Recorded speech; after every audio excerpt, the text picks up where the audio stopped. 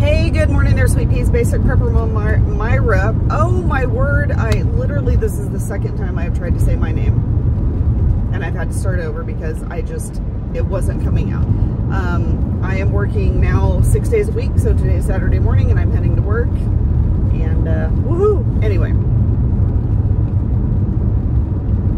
And please excuse me because I have not slept in 2 nights. We got a new mattress. It's a very high quality mattress, very expensive. We splurged. Haven't bought a new mattress in over 20 years. And my hubby and I have both back issues. He has some severe shoulder issues too. So got this new mattress, got the adjustable frame thing, and I haven't slept in 2 nights. So, you know, I guess it's an adjustment. We'll have to get used to it, but my body's like, no, I don't think I like this. I'm like, nope, give it a try. Anyway. So there is just, every day there just seems to be this escalation of stuff that's going on overseas. And it's very concerning only because it will affect us. Whatever happens over there will affect us here. Whether it's military involvement, whether it's, you know, taking stuff away from here to give over there, or whether it's preventing stuff from coming over here, which I had talked about a little bit in a previous video. So my biggest concern is the whole medication issue. I got to be honest with you.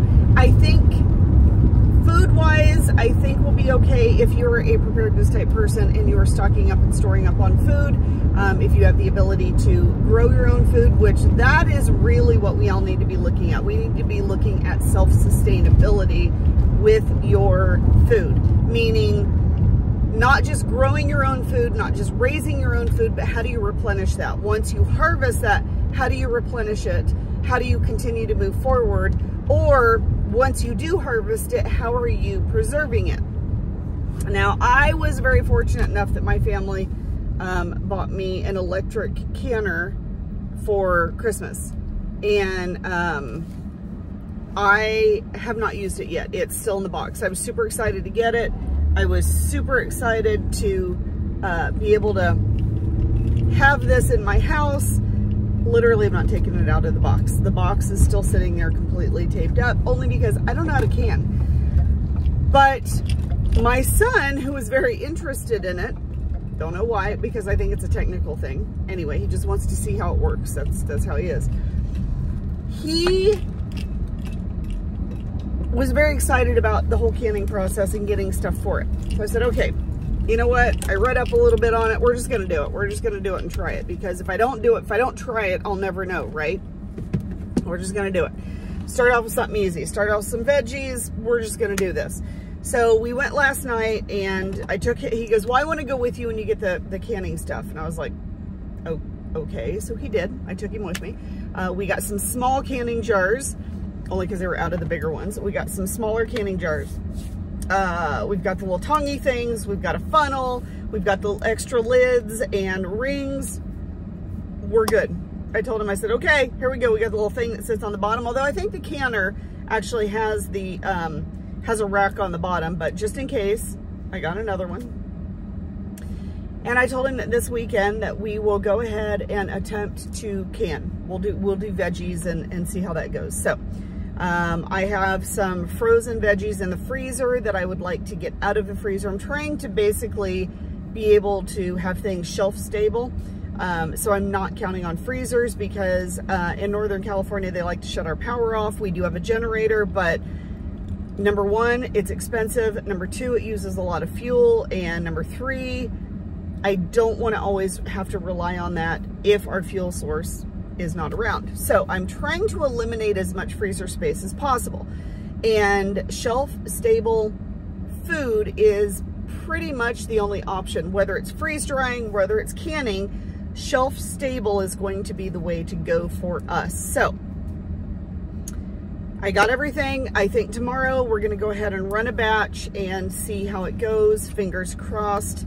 But looking at other ways to preserve food is definitely going to be something that everyone right now needs to be playing with, needs to be experimenting with, needs to be trying while we have the internet, while we have videos that can teach you how to preserve food.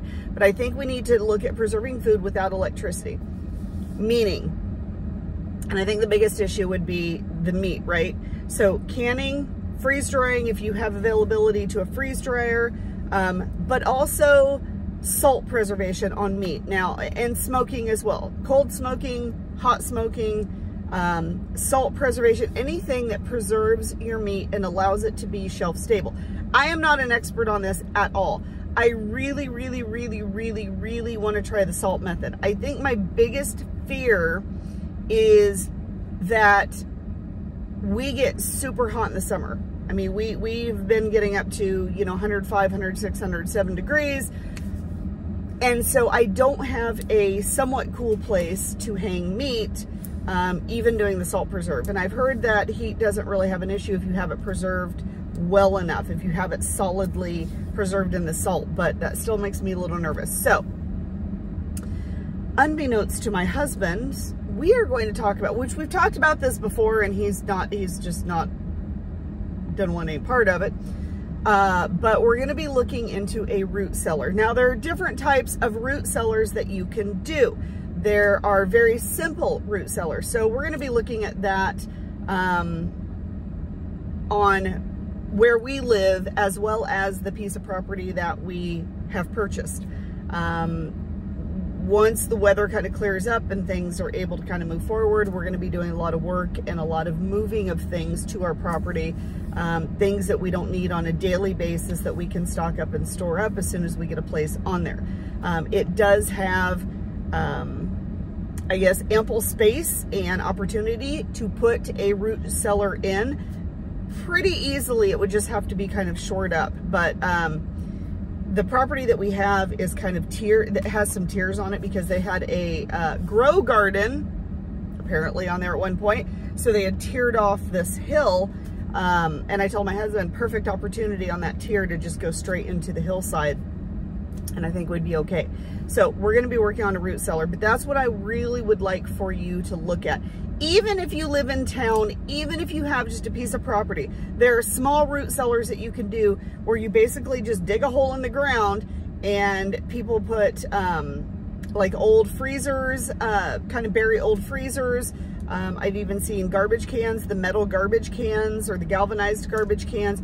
So look at that as well, because when you're looking at food preserves, if you're in an area that gets super, super freezing or super, super hot, you need to be able to have an area that is somewhat climate controlled to keep everything at its optimal shelf life. So there are small things that you can do, like I said, even if you live in town. The nice thing about just digging a hole in the ground and putting things down there, you can easily cover it up, nobody knows it's there, and you have your cache right there. So it just takes a little bit of time, effort, and research. But at this time, that's what you need to do. Look at preserving your food for long-term storage, and look at some root cellar type situations, how to preserve your food without electricity. All right, that is what I have to talk about today. That's what I'm going to be looking at. But while we have the internet, while we have videos, while we have technology, take advantage of that now. You can even put those in a binder, print them off for future looking at or helping someone else out. Directions on how to do that. Oh, smokers are another thing. You can build a simple cold smoker and a hot smoker to preserve your meats. You could even do cheeses, smoked cheeses that way. Very simple to do. Start looking at that now while we have the technology to do so.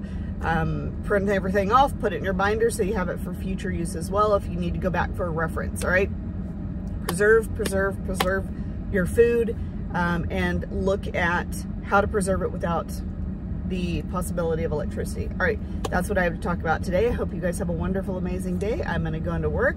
Once again, if you have any questions or comments, please feel free to reach out. I hope you guys have a wonderful, amazing day, and we will talk to you later.